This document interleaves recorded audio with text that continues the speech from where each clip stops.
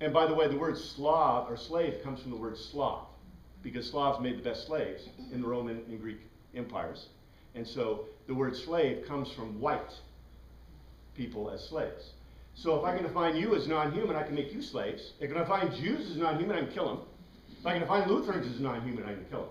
If I can define babies as non-human, I can kill them. Do you see this? So who is human is very important, because there you make an ethical decision. If I decide that it's not human, then I can kill it. So what's human? What in science, how do we define human in science? Huh? DNA structure. DNA structure. So therefore, and by the way, it doesn't have to be 36 chromosomes. It doesn't have to be the perfect structure, because there's some people that have, you may have supplementary chromosomes. The point is that your DNA structure is human. So no matter what you look like, no matter what kind of ailments or disabilities or DNA abnormalities you have, as long as you have human DNA, you are therefore, and you are then, well, that's the question. Who do we protect and who we not? But that's not a question of science, is it? You see this? It is very important to note that is not, science does not make ethical decisions. Science does not make decisions in law. Science does not make decisions that affect that way. Science, all science can do is say, this is truth and this isn't truth. The rest of it comes out of the other constructs. So we'll get that. So quality of life, is that a question we can even ask in science? No. Nope, can't do it. Health. Can we ask what is health in science? Yeah, I know. That's why I bring it up. It's really difficult to do. What is the normative human being? We can't ask that question anymore. Why? We're not culturally allowed to ask that question, and law sometimes doesn't allow us to ask that question. But it should be great to know, wouldn't it? What is the normative human being? What is normative health? Luckily, there's a bunch of research before the crazies in the 20th century went nuts, so we have some body of data. But science isn't even out allowed to ask that question anymore. Is pregnancy a Aren't you sickness? happy? Gosh, I hope not. In any case, we have to look at another construct, because science is just not good enough to answer that question. Science can't answer that question for us. So let's ask the question, let's move into the law construct, the legal construct. So when does life begin, according to law in the United States of America? I told you already. No, it doesn't. According to Roe v. Wade, it's at conception. Life begins at conception according to Roe v. Wade. Look at if you read it, that's what it says, because they bowed to science when they wrote that part of it. So therefore, what is in Roe v. Wade that makes the big definite differentiation between life, or between abortion and not abortion? What is human? Survivability? Well, ultimately it's human, but survivability, viability. The law says specifically that when the fetus is viable, then it should not be aborted. Changes by technology. But the problem is that it changes with technology. And so they set down the trimester law. It's in law. However, we have found that children have survived. I'm not sure how young, but 24. But it's getting younger. And what happens when we get surrogate? What about womb transplants? What about surrogate wombs? What about artificial wombs? I mean, the future is going to provide these things. We have, for example, conceived egg and sperm. Should people be allowed to have conceived egg and sperm just hanging around in a fertility clinic? That's an ethical question. I don't know. But law says, yeah, they can. But they're protected. But ultimately, what did Roe v. Wade say? And you mentioned it, Judy. It's what is a human and what is not human. Because in our country, under the Constitution, humans are protected, right? Except those defined in law as not human. And what is not a human in this country? It's important to know. What is defined as not human in this country? No longer human. An embryo. An embryo is not considered human in this country. A slave was not considered, a black person was not considered, a slave black person was not considered human in this country for a long time, right? Except in census counting, 2/3, wasn't it? And actually, that was, the 2/3 was a positive, but yes, that's correct. But they weren't considered human. They were considered partially human. You see? So, in law, and this is what I told you last week, I can make anything legal. Anything I want. You see?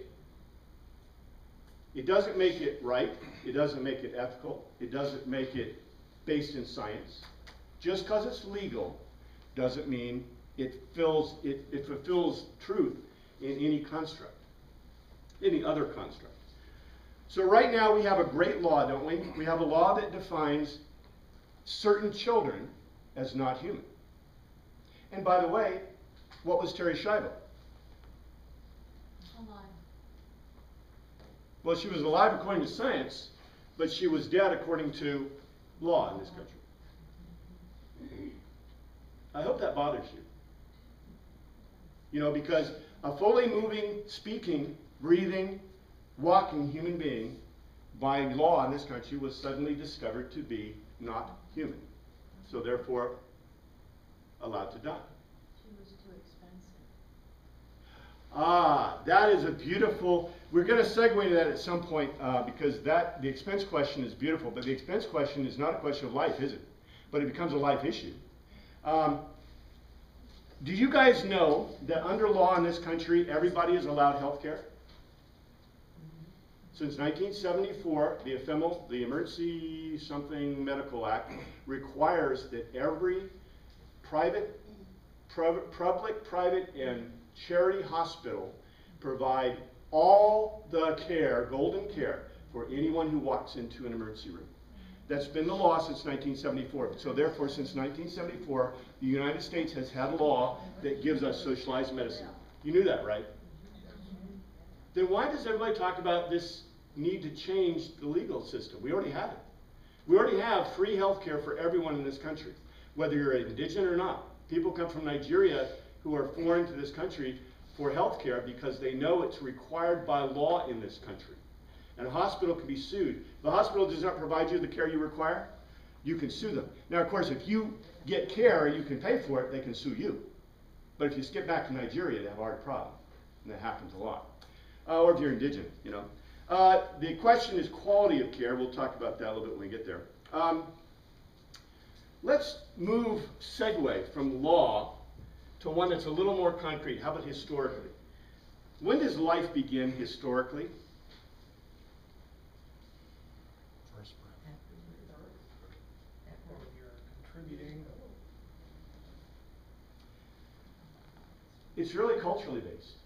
As a, you know, yeah, we could say first breath, sentience, whatever. In some, historically, in some cultures, okay, historically, for example, historically, a lot of cultures had no idea about what conception was. They had no clue what caused children. All right, that's kind of interesting in our viewpoint. Of course we know, right? But many cultures had no clue. Some cultures were more clueful, but until science, we really had no idea, did we? Because in many cultures, they blame the woman, but the guy's providing the seed. Huh? Huh? Okay, and we know whose fault is it if it's a boy or a girl? It's the dad's fault, because he's the only one who's got the mixed chromosomes. Come on, XY. So, you know, let's think this through. Historically, we really can't talk a whole lot about life per se, except how it has affected, for example, our view culturally of what we believe about things. Yes, ma'am. Even in the Old Testament, if they didn't know how they got pregnant, but if somebody lost it or somebody caused a woman to lose a child, there was damages. So they must have thought that there was life there. Important. I mean, there was damages because of the loss. I've got a bunch, and if we have time, we'll get to the Old Testament, New Testament construct. But yeah, I got a lot on that because what you say is precisely correct.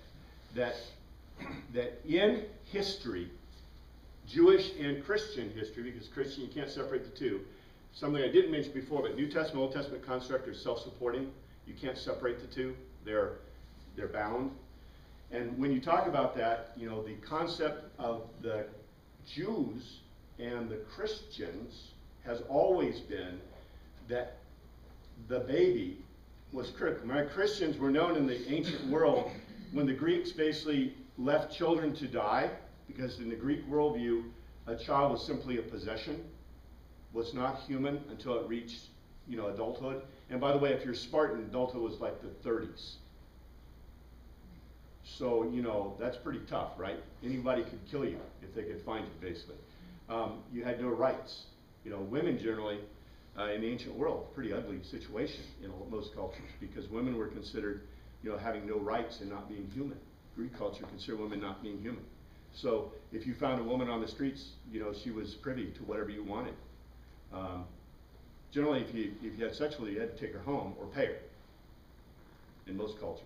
But life is truly cheap in a lot of ancient culture, and especially pagan culture, because it has no value in their mind. You know, the value is the adults. The value is what they value as human. Remember the Greeks. If you can't speak Greek, what did they consider you? Barbaros, a barbarian. You were not human unless you spoke Greek. You can't curse them out, right? Because the words had meaning, right? So, you know, it's very important to note that historically we really can't, you know, we can see that in, for example, the culture of Christian culture and Judaic culture, that life was so important that someone could be held accountable for the death of a child before, you know, it was born. So therefore before viability, before senience, before whatever, or how do you define senience? That's a great question too. In any case, we can't look at history for that. Now we can look at history a little bit. Well, this is the problem. Looking at history is really looking at a history of both law and culture, because within our history, we see that, for example, you know, the growth of Christianity, the growth of Judaic thought, especially Christian thought, is what made life so important within Western culture. So Western culture being science and rational base, with the New Testament, Old Testament base, it became very important that historically these life issues, you know, protecting the lives of others, protecting the lives of the mentally ill, protecting the lives of the disabled, protecting the lives of women. You know, people get all whacked about it, but think about it. What was the most important thing for women's rights? What historical event was the most important thing for women's rights? I think of two. I think of the vote and or reproductive control. I disagree entirely. Way earlier than that. There's two things that cause women to have the rights they have under any property, ownership of property. ownership of property. But why did that occur? What two things caused it? Two things caused it. Christianity. If you look at the New Testament, what did Paul write? Neither women nor man, neither free nor slave, right? The equality of man starts with the New Testament. That's the first place we get equality of man. It comes out of the Greek mysterion, but incorporated within law and incorporated within Christian thought. That's the number one, because if women are equal to men, even theoretically, even theologically, even philosophically, what do you end up with? The right to vote, the right of whatever, the right of equal access to, for example, property rights and laws. What's the other one? Anybody want to know what the second one was? I'll give you a hint. Medieval period. The advent of the idea of courtly love. Because before the advent of courtly love is romantic love between a man and a woman. How does a pagan world view, how does Bida culture view the love between a man and a woman? Doesn't. Greek worldview was who was your best love in Greek culture? Your male buddy. Your male body shield bearer. Who was your love in your Anglo-Saxon culture? Your male buddy shield bearer. That's the one you trusted. What was your woman? You didn't love her. She was the one that, you know, you came home to and you used and you abused and you had fun with and you had children, and she provided the kids, right? That's the way it works in a Bida culture. Until Christianity. And after Christianity, we get courtly love, and in courtly love, what is the most important love? Between a man and a woman. And that's why, by the way, go look. What is a love in the Islamic world? What is a love in the Hindu world? It's the important. love in New York State. Well, I didn't say we're not moving back to a pagan worldview. You know we're moving back to pagan worldview, right? It's sometimes called a secular worldview, but a pagan worldview.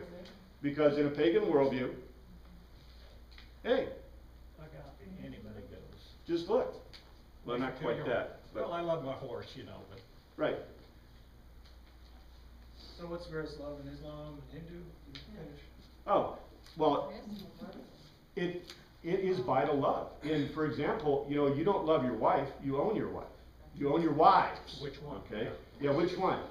You don't, you know, the love of you know, men are not interested in loving their wives. There is no concept of love of your wife in Islamic culture. You know, it is how you care for your wife and how big the stick is. In, you know, this is really true in most pagan and, you know, Hindu culture. Is it a question of what? Well, we know this. In most of these cultures, what are the marriages? They're arranged marriages. Okay? It's not to mean you can't find love in arranged marriage. I mean, there were arranged marriages in the past within Christian culture and Western culture too. But what is the whole focus of the literature in that era? Finding romantic love. And where do you think that came from? That came from the idea of courtly love. You know, these things, you see, we see seminal events, for example, the right to vote, you know, other rights that, for example, are conferred on people because they suddenly, under law, now have what status? Human status. Human status. You see? It's not equal because humans are all humans, right? But how long does it take to get there? I mean, it takes a while to get there. But why did you get there? What moved your culture? What moved you to get to the places we're talking about? Greek rationalism. Science drove a whole lot of this, didn't it? Those ideas. When does life begin? What is human? Etc., etc. We still have work to do, right? But that's an ethical question. I'm just pointing these out to you within these things. And we're still looking for the missing link. Well, we know what the missing link is. It's just, the point is, as we discuss these, we got to stick within the constructs. I can prove to you a lot of these things in science. Anything goes in law. History, all I can do is look back at history. Culture, I can look back at culture to see what it says. The Old Testament, New Testament, you guys are really familiar with that. I don't really have to go into that in such great detail because you know what this is. But we can talk about it. The point is, if you know truth, therefore you can do what? Make decisions based on truth. Let's see. I got just a few moments. Let me talk about this real quickly.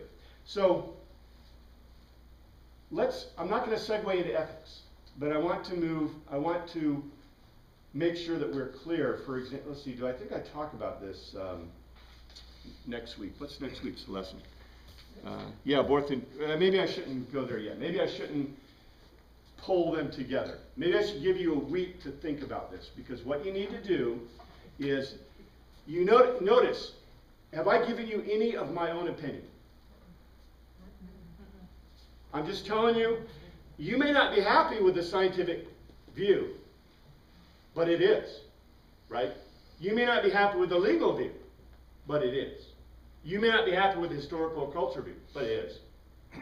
You may not be happy with the New Testament, Old Testament view, but it exists. Do you see this?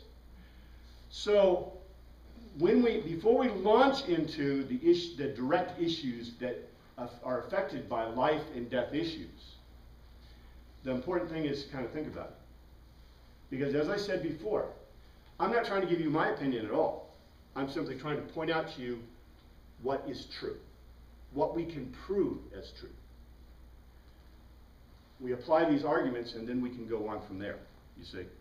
And then you can decide. And the really funny thing about life is many times, and we know this, many times people know what truth is, but guess what they do? They ignore it. Why not? I don't like what it's telling me, right? So I ignore the truth. I don't like that. I'd rather live a life based in truth and knowing what decisions I'm making. So we'll pull that together. Let me, let's see. Death, you guys know what death historically defined. In harm construct, you know, it's very important to note, and I gave you it in the thing, but you know, we have within the concepts. I don't have time to really go through the details, but what you need to do is you need to look at, for example, in terms of harm, you have personal, local, that's the family and close society. You have national and international. I didn't put that in the notes. I probably should have, but maybe in next week's notes. But in any case, when you evaluate harm, you look at, does it cause harm personally? So, for example, life issues. Well, you bet it does. It's my life, right? Is death a personal issue? Yeah, you know, life's a personal issue, death's a personal issue. It's a family issue too. You don't want to see your members of your family die, right? Death is an issue. Is it a national issue? Yeah, it can be. We hold nations accountable for causing deaths or for doing things that harm life, right? Nationally, internationally, right? So these are issues that are very important. So, you know, we are going to apply the harm matrix for the specific things, but you can see how the harm matrix affects every point that we've been talking about today. We've talked about three things: life, death, and what is human. And so if you keep in mind life, death, and what is human, we proved it scientifically, we looked at it, law, history, culture. The harm construct allows us to make decisions, ethical decisions, within that matrix, within those ideas. Yeah? So are you saying that the order of the harm construct changes when you're talking about society or family? For instance, right now, loss of life or death is pretty high up there, but if you're talking about a child's death, then yours all of a sudden drops way down in the level, and your child's life, you'd be willing to give up your life, and you would see that as less harm than your child losing a life, or your country losing its freedom, so you're willing to go to war to fight, so your harm.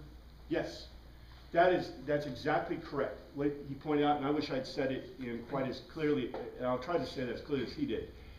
You know, when we talk about the personal, local, national, and international harm, you know, for example, I was a military person, so I was willing to give up my life for the freedoms of this nation. So I was willing to accept death because I thought that, you know, the life of the nation was more important than my life, you see. And likewise, you know, what he said is in Western civilization, this is a Western civilization idea, that a parent would think that a child's life is more important, or even an adult would put their life before a child. We can see that in the harm matrix, but where does that valuation really come from? Culture to a degree. What's very interesting is, for example, if your culture or society is based in, well, science would say, how does life equal? Science would say this. What is it about being alive or being human? Like, let's say we have a 1-year-old child in science and a 40-year-old person who's very successful. In science, who's worth more? The 40-year-old. In science, who's worth more? Potential cells. You got more to live, got longer to go. Science could say two things. Number one, science could say they're equal because they're both human and they're both living. I can prove that the most easily. That's the easiest one to say. You Which could is also going to say, reproduce. because the reproductive viability, which we'll get into when we get to the reproductive issues, but reproductive viability, who has the most reproductive viability? 4-year-old. The child probably does, okay? Well, but it depends on your. Potential as compared Potential. to actual. Yeah, and what, and, For Because less. a 40 can do it now, the child you have to wait on. 40-year-old woman or child, or man? and see, you see? Yeah. Now, where are we moving when we start talking about these specific issues? Culture, that's exactly right. We're moving into culture. We can also use harm matrix to evaluate, harm matrix. Like, what do we have to know to be able to evaluate something in the harm matrix or even culturally? Personal, national, international. Well, and more knowledge. You already said it. For example, if you have a guy who's really ill, who can't reproduce and reproductive viability, and we'll talk about reproductive viability because reproductive viability is a critical concept in understanding a lot of issues, right? And then you have Christ who says, greater love hath no man that he lays down his life for the brother. Which is number 10, right? Number 10. Do you see this? This is why this is so beautiful. Although these are disparate, even though each of these constructs are separate and disparate, you separate them intentionally so that you can understand the issues. Do you see what happens? Because if we understand what the science construct tells us, what thing can we do with the other constructs? We can now make, comparison, synthesis, we can begin to evaluate. Because if we have that body of knowledge, then we can do something with it. And that's the point. That's the point of knowing what you can prove as true. Thank you, Father, for your word. We thank you for this day. We pray you look after us all this week. In your name we pray. Amen. So we have a